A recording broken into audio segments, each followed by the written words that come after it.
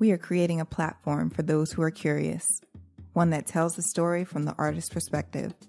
Moments in time captured from the innovators who are reshaping dance, music, theater, and the visual arts. This is the Working Artist Project.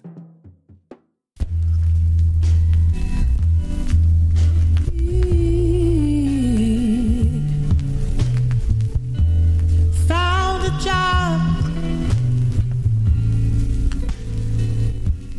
Oh, this, yes, perfect. Found a job selling mistletoe. Yeah. Ready when you are.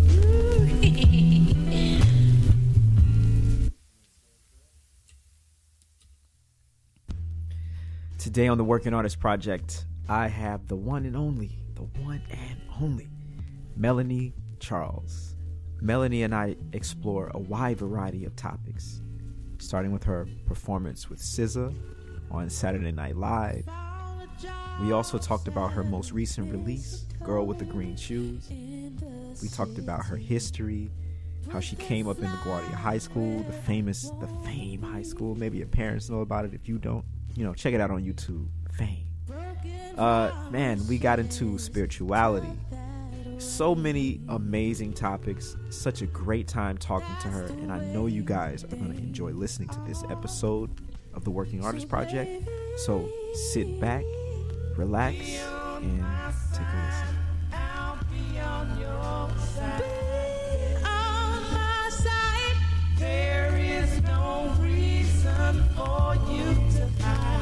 There is no reason. Be on my side, I'll be on your side. Be on my side. There is no reason for you to hide. Today on the Working Artist Project, I have the one and only Melanie Charles. What's up, Melanie? Hey. Hello, Mr. Douglas. Oh. Yeah, I have that inscribed in all my suits on it. It's Mr. Douglas, So. Hey. Right, exactly. See, you Let understand. them know. You understand. Yeah. So I think it's important to get into the history of people. And I think your story is interesting. So I want to start at the beginning. Okay. And I want you to tell me and my audience who Melanie Charles is. Okay. Well, I was born in Brooklyn in Bushwick, from a Haitian family. My mother and my dad had a sort of a strained relationship. So my mom raised me, and my younger brother, Rogers Charles, who's an incredible saxophone player, with the help of my grandma and my aunt, so like strong female family, and my mom was sort of a bit of a stage mom, I would say, but in a good way. She always encouraged me, and music lessons, piano lessons.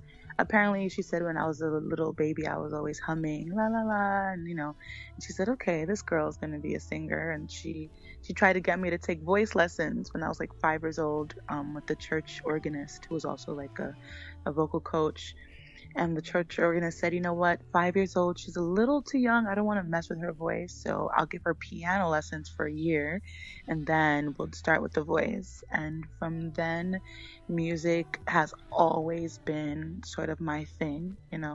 I went to like LaGuardia High School, and I was a flute major, and I was in like youth choirs, and I always sang in the talent show, and ended up going to new school, and been having a really fun journey. The more I get to know myself, and my culture, my Haitian heritage, the more like my music opens up, and the more I understand, why, I sing the way I do, why I play the way I do, why I feel the way I do. So it's been an interesting journey thus far. Mm-hmm. Yeah, man, that's what's up. I do want to get into to your high school, because people may not realize this, but the LaGuardia School of Arts is the famous, like the Fame School, you know? It's the Fame School, yeah. Like maybe our parents' generation, like that's kind of the Fame. Well, they had the revamp. That was, yeah. Right? Yeah. Are you right? Our parents' generation was like the golden age. Right. And actually at that time it was called Music and Art, actually. It wasn't even called LaGuardia. And people always ask me, was your time at LaGuardia like the movie? And yes, it really was. Wow. It was like that. Wow, unbelievable. Yeah. Really exciting. I feel like I learned most of my knowledge, like musically and artfully, was during my time at LaGuardia. We did like productions. We did like a production of Hair and Les Mis, and like these were Broadway level productions with like sets, moving sets, like light crew tech. It was an incredible place. And sadly, actually, they're going through some changes now. So if anyone's listening and you want to help out, check out what's going on with LaGuardia. We need some serious support to save that place. And so when you were there, just to be clear, because you're an instrumentalist and a vocalist. Yeah. What was your focus? So when I was in LaGuardia, I was a flute major, and I was classical. I was a classical flute major. So I was first chair. I played piccolo, like serious classical flute vibes. But I was always singing, so I was always part of the musicals as well. So I did a lot of musical theater stuff, and so I kind of was sort of like a double major in a way. But flute was definitely the focus at the time. But outside, I was like studying opera.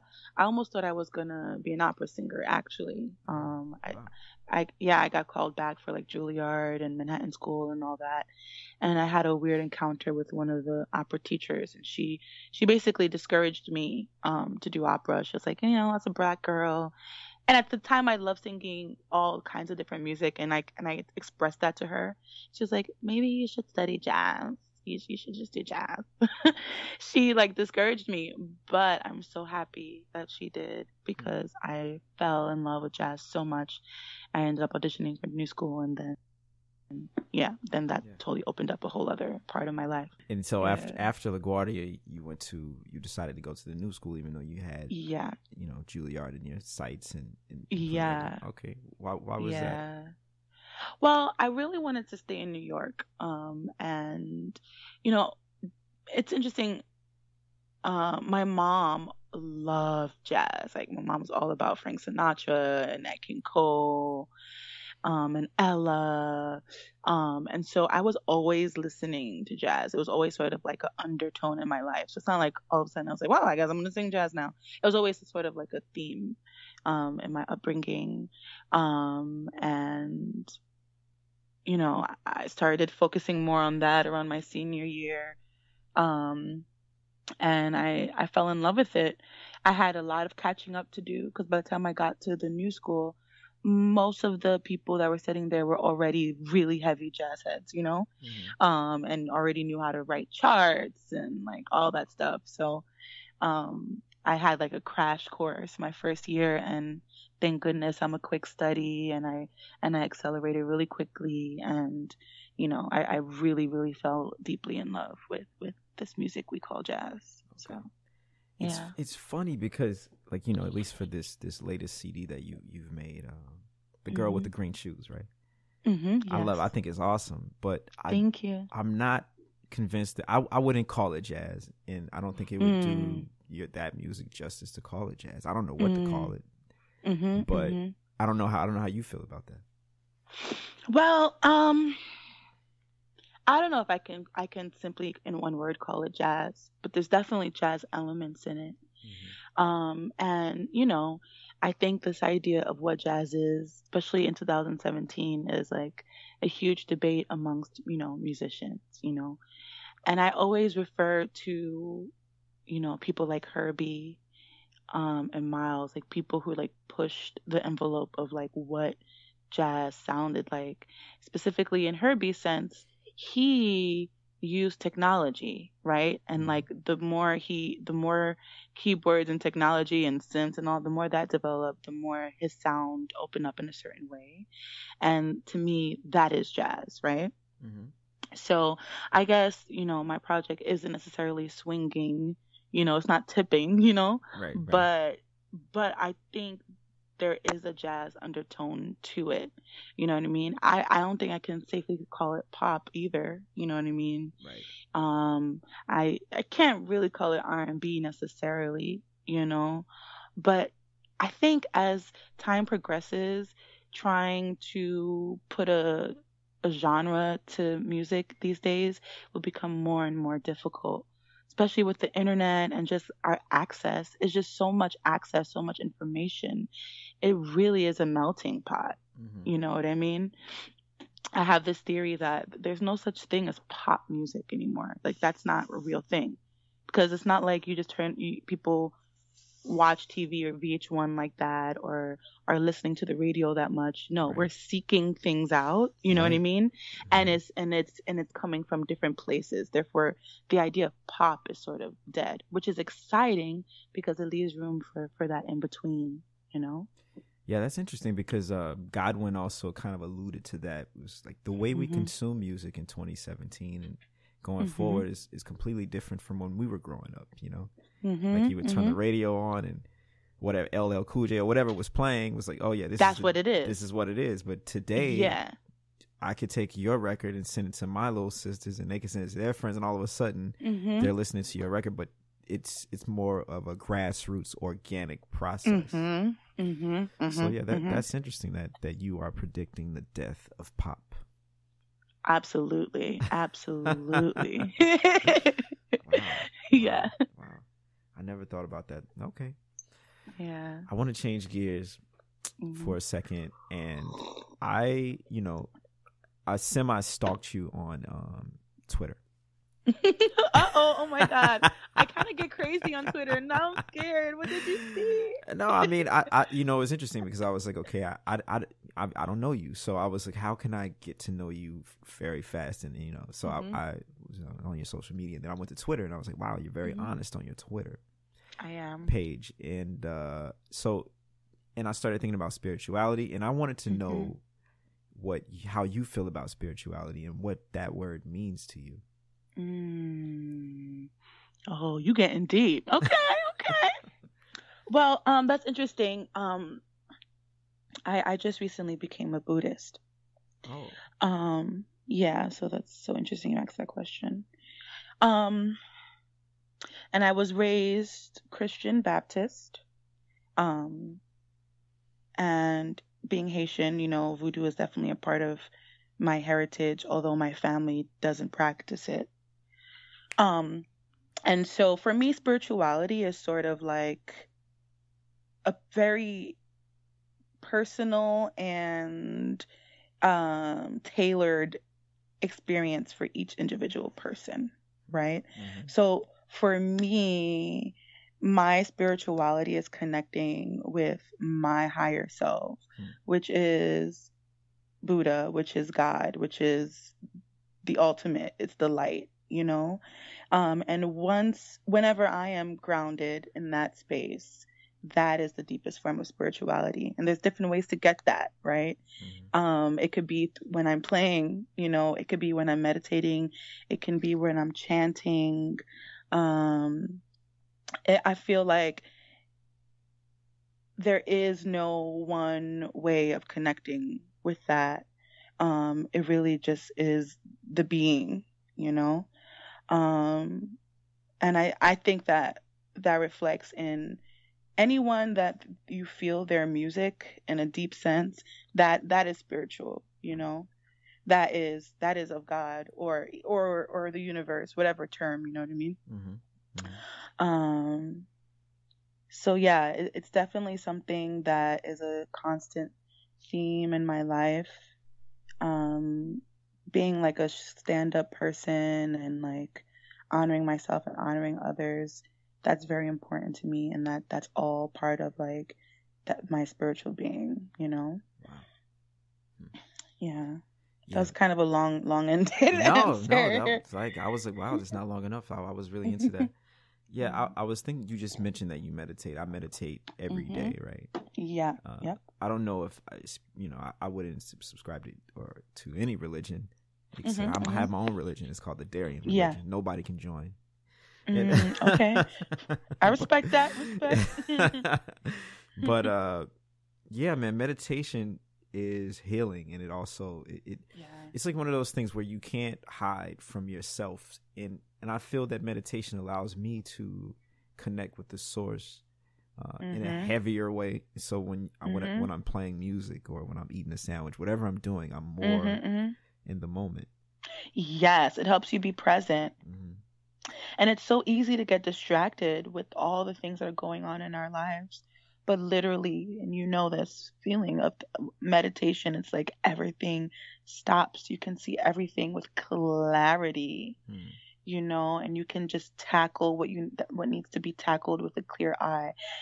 And I love the idea of how meditation, it's all about you're still, right? And then ideas and distractions might come up, but it's okay. You just let them go. You just let them go, you know? You acknowledge them and then you let them go. Right. And like transferring that into life is like super killing, you know? Like, this is crazy right now in life. I see that and I'm just going to breathe that away. Yeah. Or like the bass player played the wrong notes. All right, let me go with him for a little while and see where we can go there. You know what I mean? Like, that's really, to me, that's really exciting. That's what's up. I want to take a moment to listen to one of these tracks from your most recent record. Okay. Which one is the meditation piece? Okay. Well, Mantra is definitely a meditative one. And okay. Sorry, Jamie. And thank you.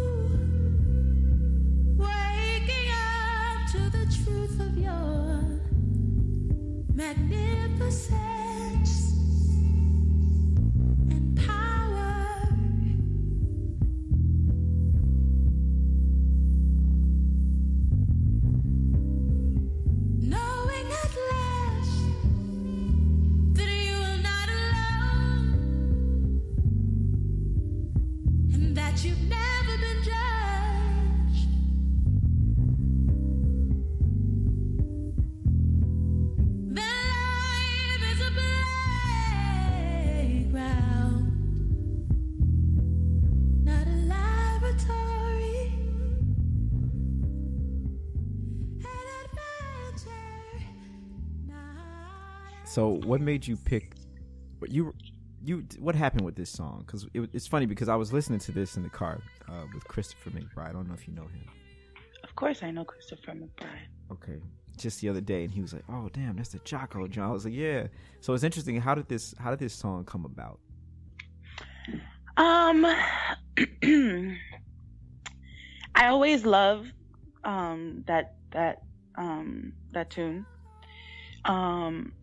And as I was developing this project, what was important to me was being totally independent and creating something all from my resources, you know? And so I got this SP sampler. I made the whole project off of these samples off this SP. And I chopped up that Jacko. I had like a playlist of songs that I love that inspired me, and that was one of them. And the lyric is a lyric that I pulled from a reading. Like, I get these readings from it's called Notes from the Universe. Are you familiar with that? No, I never heard of it. Yeah, it's sort of like different readings, empowering and inspiring and encouraging readings every day that I receive. And I got this particular one, and I used that, and the melody just came. And I love how the bass is sort of like almost like it's a meditation on its own.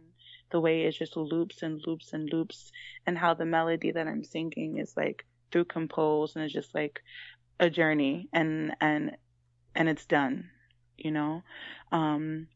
So yeah, it just all like fell into place. It's this whole project was super natural, and actually I guess I could say the whole project is a meditation, you know what I mean? Yeah. Just the way it just flowed, you know. Wow. Okay. Yeah. Yeah, that's deep. I like that. Mhm. This is bringing me right into my next question perfectly, because you performed on Saturday Night Live with I don't even know how to say her name. SZA, is that right? SZA. Yeah, Perfect. you said it right. Perfect. And to me, she is like the modern, like, feminist, like completely embracing her sexuality. You know, so what is it like performing with an artist like that? And what's it like performing on Saturday Night Live? And what does that mean for your career going forward? Well, I was always a fan of SZA, actually. I've been a fan of her since like her first project, like 3 years ago. So when I got the call, I was like really, really excited to bring what I can to help uplift what she's doing. You know what I mean? Yeah. You know, I've decided for my journey, I'm not really interested in like doing like backup singing stuff. That's just not really my passion. I've done it in the past, but that's not how I choose to use my voice. However, I will play some flute for you, though. You know what I mean? I'll lay down some flute. Right. Like I mentioned to you, you know, I did flute in LaGuardia, but then, you know, when I went to the new school, I was focused mostly on singing. So, and improvising on the flute and sort of non-classical flute playing has always been a challenge for me. And it's interesting, they say if you can sing it, you can play it. That doesn't necessarily work that way for me on flute. It's sort of like almost like a block. And I think a lot of people who play classical music can relate to what I'm saying. Oh, wow. People who started classically, rather. So SNL, playing flute on SNL for SZA was sort of like, it was important for me in my career to sort of like validate my abilities as a flute player. You know what I mean? So that was very important to me on a music level. But you know, people are interesting. Like the reception that I got from it was kind of overwhelming. Like all the reposting and all the comments and the congratulations. It was bittersweet, because it's like, y'all, like, you see me on TV for like 50 seconds, but like, how many of y'all shared my mixtape? You know what I mean? Like, that sort of was a little feeling that I had. But you know, we're human, and people are weird, and people are impressed by what they're impressed by. And I'm just happy that people peeped game, and you know, and now it's so interesting. Like, I find myself playing a lot more flute. People are calling me for that more, and I'm just happy to like be able to participate in different ways in different music settings. Like, that's really important to me, and I think that the SNL experience really helped with that. Right. Technically, behind the scenes, it was super cool seeing how things worked, and you know, the ins and outs of it all. You know, so many things go into putting on a show like that we don't even know. Right, of course. You know what I'm saying? Also, SZA is she has ears, you know, and she was like, you know, actually, can you pull back on that line a little bit? You know, can I get a little bit more of this, a little bit more of that? So I respected that about her, that she just didn't just like hop on stage and just sing. She was very much involved in the development of the music.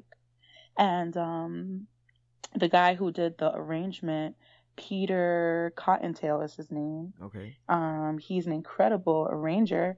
I learned so much from him, from arranging to how to like shape a song that was originally a recording, how to shape it for live, which is real skill.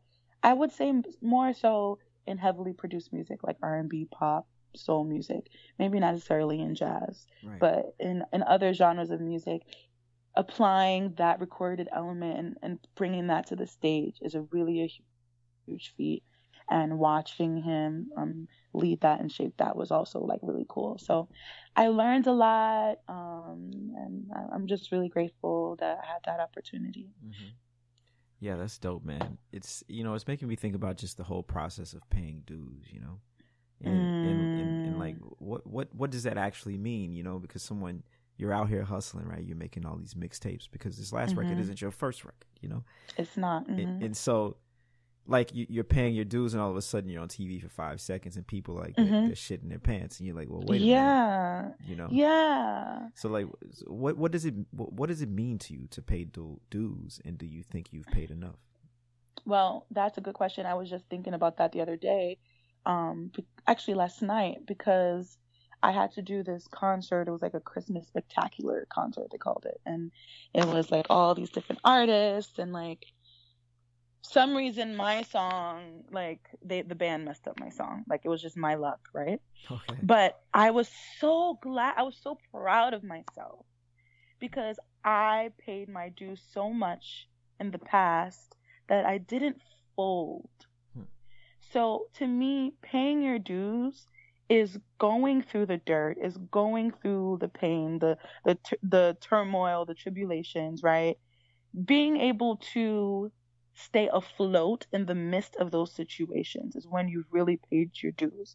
Because if it's always easy and you're in a safe space and like everything feels good, you're well rehearsed, everything's perfect, there's not really much growth, and you're not really learning. You're not experiencing anything. Right. So I have done $30 gigs, $40 gigs, $50 gigs. You know what I mean? I've done free gigs. I've done the whole, for exposure. I've done the exposure gig. I've done the gig. Another huge part of my experience of paying dues, some reason people love calling me last minute for hard ass gigs. I'm like, are you serious? The other day when it was Monk's birthday, because this year right. Monk would have been 100. I was called to sing Brilliant Corners and like Round Midnight, which I already knew was not that bad, and like 2 other Monk tunes. They called me 3 days before the gig. Oh wow. Okay. And I'm like, okay, all right. And I did it. You know what I mean? I did it. But that's paying my dues. So that later on, I'm not going to be the last call anymore. And for so many times, I'm the last call or the rescue call. The singer doesn't show up or actually didn't learn the music. And people are like, oh, actually, Melanie can do it. Let me call Melanie. Right. It's like, why didn't you call me first? But that's part of paying the dues. And it's very humbling. It's a very humbling thing. And I think you said, am I done paying my dues? Will I ever be done? I don't know about that. I think paying dues, that changes form and shape in different periods of our lives, if that makes sense. Yeah. You know what I mean? Yeah. So, I don't know, but I really love this idea of stay ready so you don't have to get ready. You know what I mean? Yes, indeed. So when you get that call, is you ready? Right. Yeah. And especially for singers, if any singers listening, like there's too much, especially with this Me Too thing, and especially with the way people view singers, period. Of not really knowing music, not understanding music, not knowing their keys, not knowing, all these things.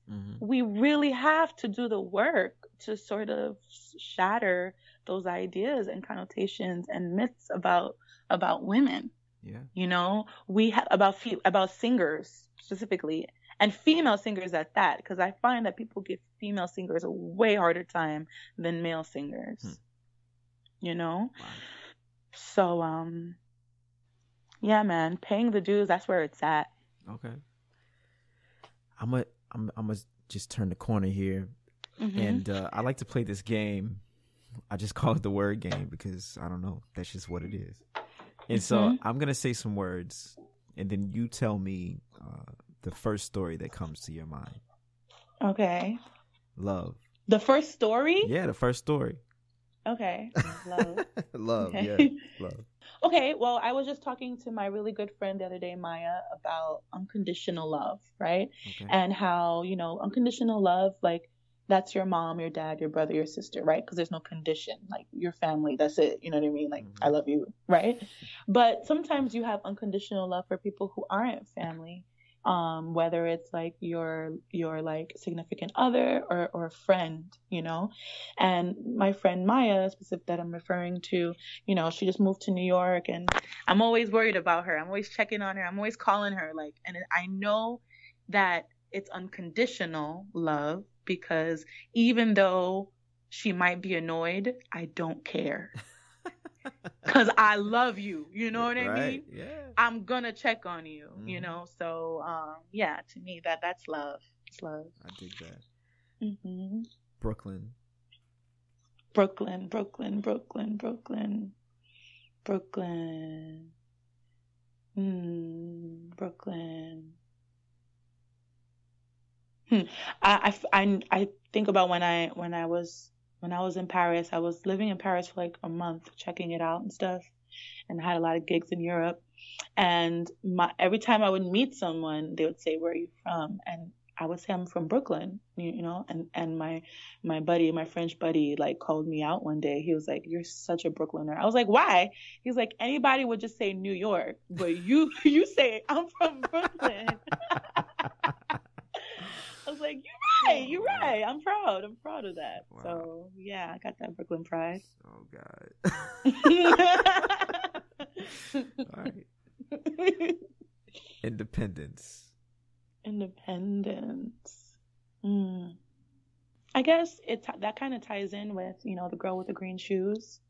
That was a huge journey and growth in my independence and my ability to do something on my own and sort of like stand on my own 2 feet, and sort of create something honest from me, without any other opinions or ideas. And I think if we're talking creatively, independence is very valuable, because those are the moments where we really can change something, where we can shift something a little bit, because it's so pure. So yeah, I guess. Envy saddens me.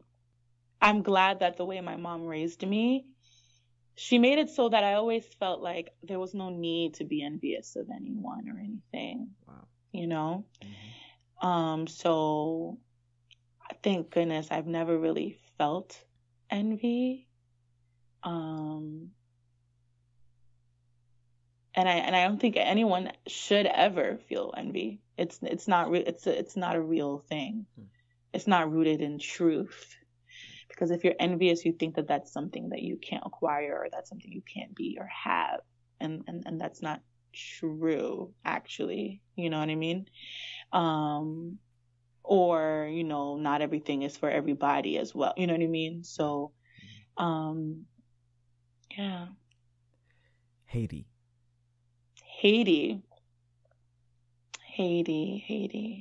I don't know. Did I mention to you that I'll be going there in 3 days? Oh, you didn't? No. Yeah, I'll be in Haiti with Godwin, actually, with his program, Experience Haiti, which is really, really an incredible thing that he's doing. And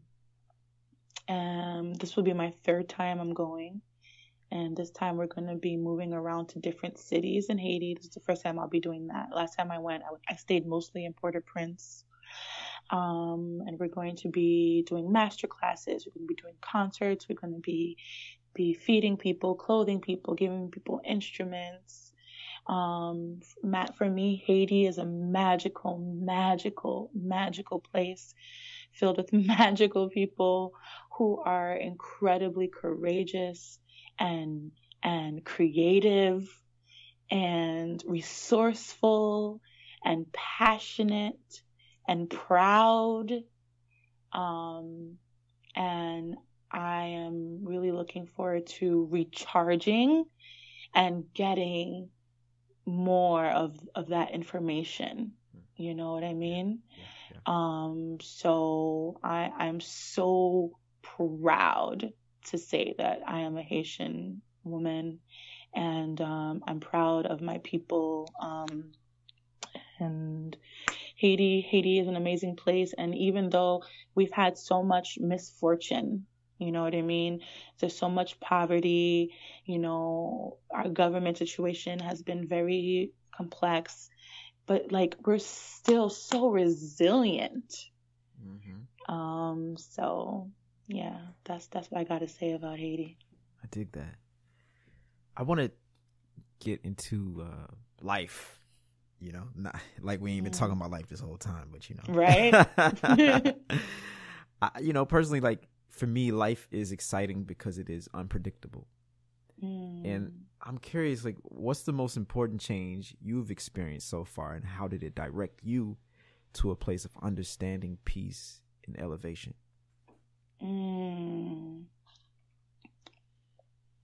Well,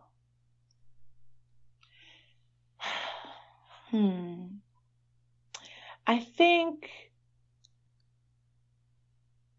connecting to my higher self and being grounded in my truth has helped me find a lot more inner peace. Sort of having blinders on, sort of keeping my head down to, you know what I mean? Right. Focusing within, you know, as a woman, as a musician, as a woman of color at that, it's very, it's oftentimes there's a lot of comparison and competition and distraction. And for me, going into self, working on self has brought me so much peace, because then I realized, wait, you know what? I'm okay just as I am, you know? And if there's anything that I don't like about myself, let me focus on that and improve that and work on that and be better in that. I really think that type of thinking is really, really, really, really the work to find that peace.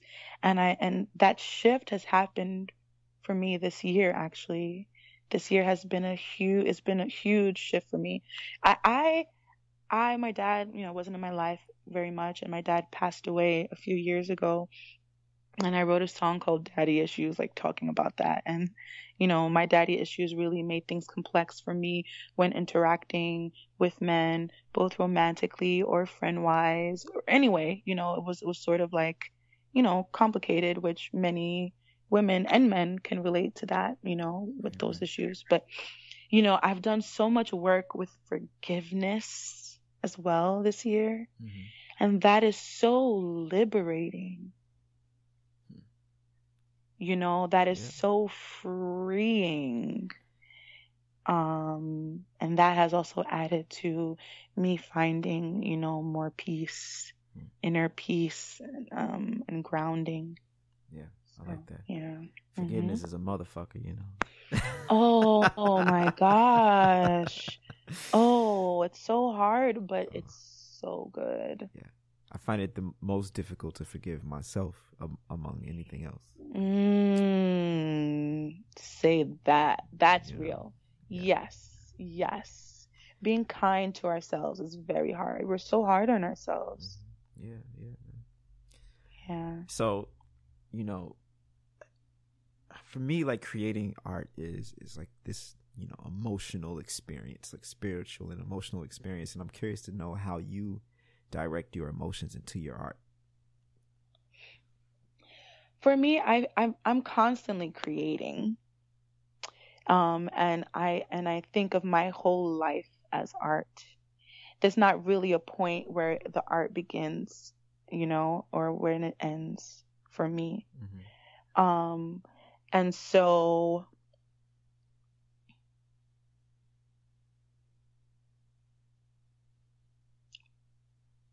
I always seek to reflect my truth in anything that I'm doing, whether it's singing, playing flute, if I'm doing a music video, if I'm collaging. I like to do collages and like visual stuff. You know, I'm working on like a film project, but all of it is somewhat just a reflection of me, my surroundings, my family, my friends. And so I'm always connected in that way to the art, and for me it's all about being true. I don't participate in art and music that doesn't inspire me or doesn't uplift me, doesn't inspire others, that I don't think is incredible and deeply rooted in something. I've actually, as of this year, been saying no to so many things, because to me, that's sort of like abusing our gifts, right? You know, it's sort of like, you know, disrespectful to the gift that God, the universe, however way you want to put it, has blessed us with. And I feel like once you approach your art in that way, it's always going to be connected, because you really are honoring yourself and the art. Yeah. So I want to take you. That was a dope answer. We're coming to the end here, but I always kind of lately I've been taking some Facebook questions, and we got a couple. Some live Facebook questions. Yeah. So we got a couple. So Spencer, you know Spencer. I love Spencer. Spencer wants to know, this is his question. What is your advice to younger musicians on developing a sincere and personal artistic practice in a society and industry that promises nonsense and sameness? You know, I feel like I'm being repetitive, but being true to yourself at all moments. Rejecting, learning everything and then rejecting them. At least that's what I did. And I feel like my art is very true to me and honest and original, and I have my own voice. I feel like I can honestly say that. That's because I've learned as much as I could, and I'm going to learn more always, right? Don't get me wrong. I'm not saying I know everything. But the information that I've received, I've digested it, and I've purposefully tried to flip all of that. So this is what I've learned. All right, now I got that. Now let me try the opposite. What if I do this? And I think that's what I would say to any you know, young musician, artist, creative, is learn all you can and then forget about it. Yeah, I second that. All right, one more. So this is a little easier question. David wants to know, when's the next time you're performing in Russia, and when are you going back? David. Yeah. When's next? I don't know. I don't have any plans of going back right now. I might be going to Poland, maybe like July, August-ish, and I might end up in Russia. You know, maybe. But tell David, book me in Russia. I'll come out. What up, David? What's good in Russia? What's good? Yeah. All right, so this is my last question. I ask everybody that comes on the podcast this question. And what are the 3 things you're most thankful for? I'm thankful for my mom, my incredible, amazing mom, who's empowered me and inspired me so much. I'm thankful for our musical ancestors, like the innovators, people like Nina Simone and like Sarah and Betty Davis and Carmen McRae, and you know, all of these strong women of color who showed the world, you know, beauty and class and art and what it means to perform and do things at a high level. Women who like innovated things. Like, I'm so grateful for them, because without them, like, you know, where would I be? Where would all of us creatives be? I'm very grateful for them. And thirdly, I would say,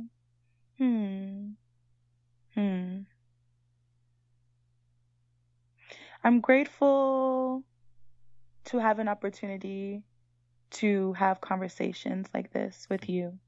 Oh. Yeah. Yeah. This is like really, really special how we can like use technology and like have this moment. Yeah, And I'm sure. grateful to be alive in this time, you know, that this kind of moment can happen. So, yeah. There it is. Oh, is there anything you want to promote? Obviously, your record. And Yeah, check out the record, The Girl with the Green Shoes. It's everywhere. Tidal, Spotify, iTunes, all in places. Also, I'm going to be singing at Smalls for the first time as a leader on January 28th. Okay. And I have this whole hashtag thing that I do called Make Jazz Trill Again. Oh. I like that. So that's January 28th, 2018. What time? Yes.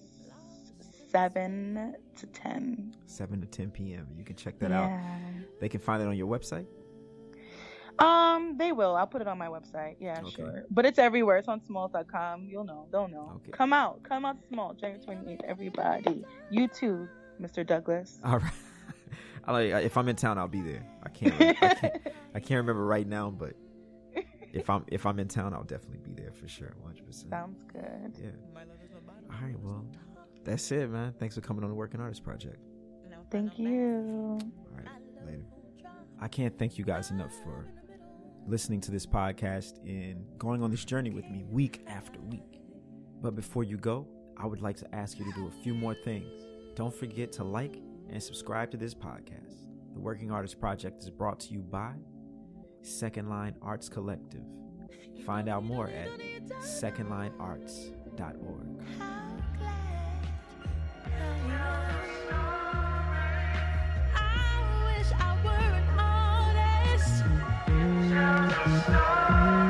So that I could paint a picture, yes.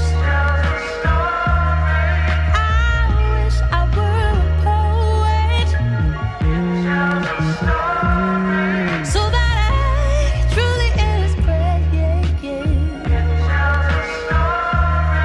how I feel today.